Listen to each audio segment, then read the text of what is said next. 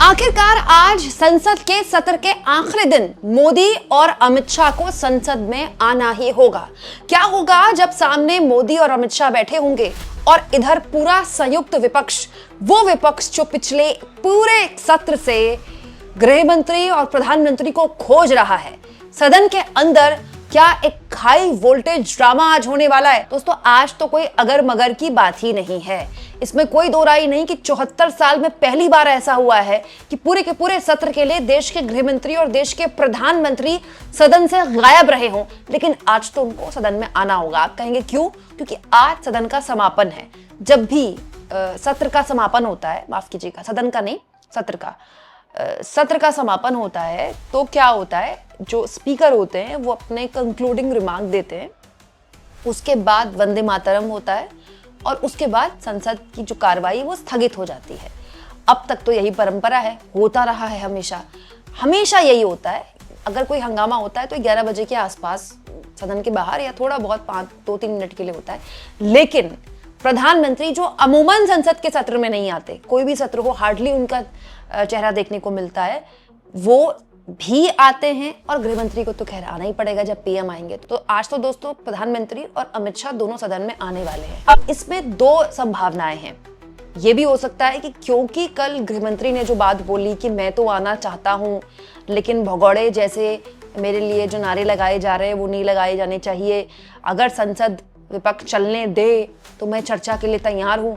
अगर सत्य की प्राप्ति सरकार को हो जाए तो आज ही 11 बजे सरकार बैठ जाए, क्योंकि कल से अब तक उसको बहुत बैकलैश झेलना पड़ रहा है, उसकी बहुत फजीहत हो रही है। तो ये भी हो सकता है कि सदन में बैठ जाएं अमित शाह। हालांकि उनको बैठना होता तो वो कल ही बैठ जाते, लेकिन हो सकता है कि 11 बजे से 12 बजे के आसपास तक सदन चले, फिर 12 बजे स्थगित हो जाए या 11 बजे ही स्थगित हो जाए।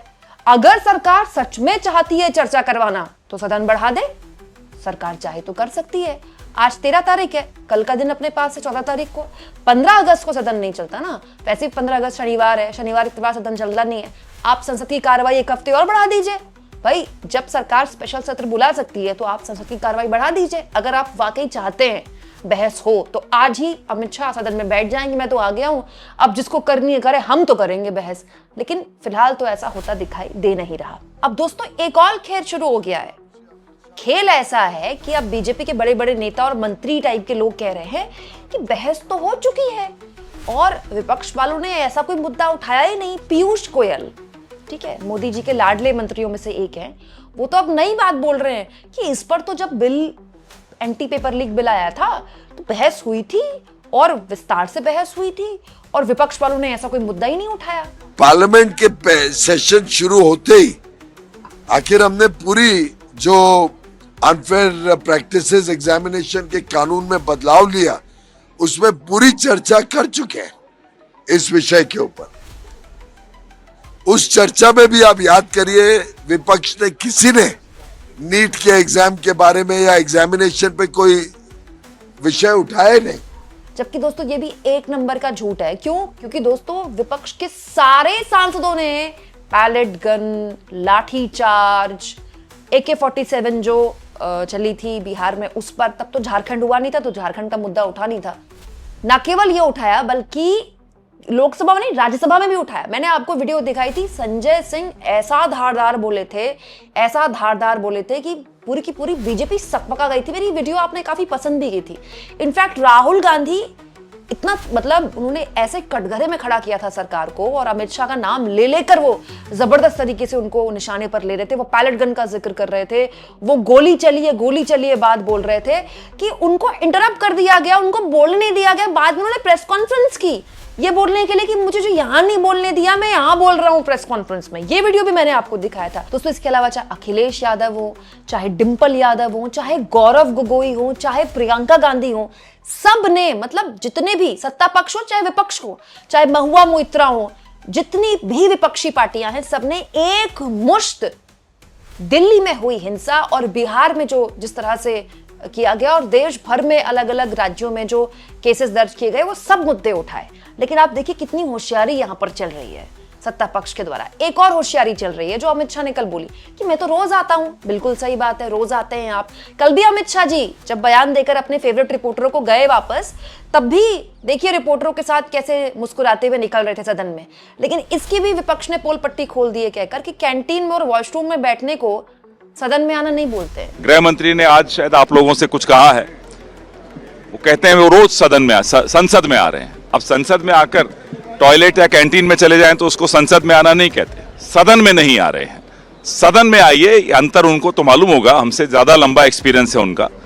संसद और सदन में बहुत फर्क होता है। हालांकि अभी भी कुछ कहा नहीं जा सकता दोस्तों, आज का दिन है, सरकार चाहे तो आज पूरा दिन बहस करा सकती है। अब वैसे तो ये सरकार कुछ भी करा सकती है। 2023 का आपको वो दौर याद होगा, 2023 का विंटर सेशन था, मुझे अच्छे से याद है। 143 सांसदों को निलंबित कर दिया गया था, मास सस्पेंशन हुआ था। भारत के संसदीय इतिहास में इतने बड़े लेवल पर थोक के भाव में विपक्ष के सांसदों को सस्पेंड नहीं किया गया था, जो पिछली लोकसभा में इसी सरकार के रहते किया गया था। तो सवाल ये कि जब सरकार को बिल पास करने होते हैं तो वो मास सस्पेंशन कर देती है विपक्ष के लोगों का।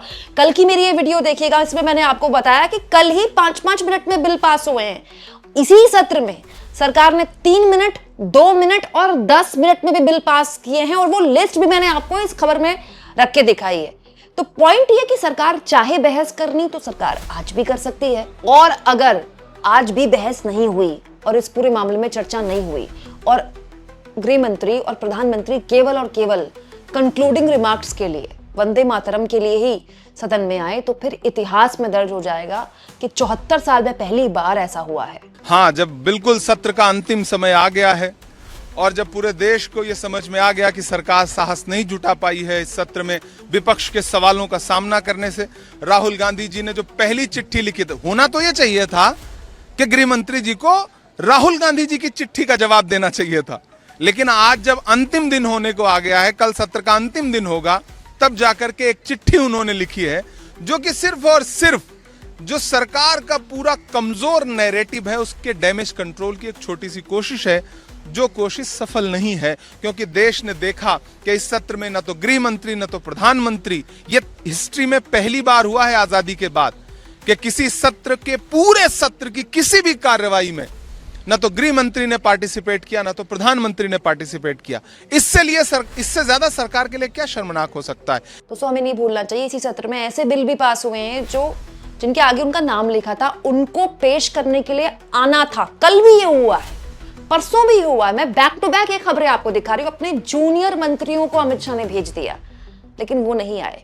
तो क्या लगता है आपको, आज अगर गृह मंत्री आए और बैठ ही जाएं कि मैं तो उठूंगा नहीं जब तक बहस नहीं होती, अब देखते हैं राहुल गांधी कैसे हंगामा करते हैं। दोस्तों आपको क्या लगता है, ऐसा हो सकता है? कमेंट बॉक्स में लिख के बताइएगा, और जितना हो सके चैनल को शेयर भी करें, सब्सक्राइब भी करें। और दोस्तों मेरी कोशिश रहती है कि संसद की जो भी कार्रवाइयां उसको न केवल आसान भाषा में आपके सामने रखूं, बल्कि संसद के अंदर बाहर जो मीटिंग्स होती हैं, जो भी चर्चाएं चलती हैं, जो नैरेटिव सेट करने की कोशिश की जाती है, किसने क्या कहा, कैसे कौन अपनी जवाबदेही से बच रहा है, वो भी मैं आपके सामने रखूं।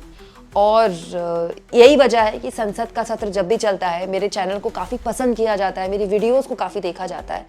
और मुझे आप फीडबैक में भी बताएं कि आप क्या चाहते हैं मैं और अपने कंटेंट को कैसे बेहतर करूं।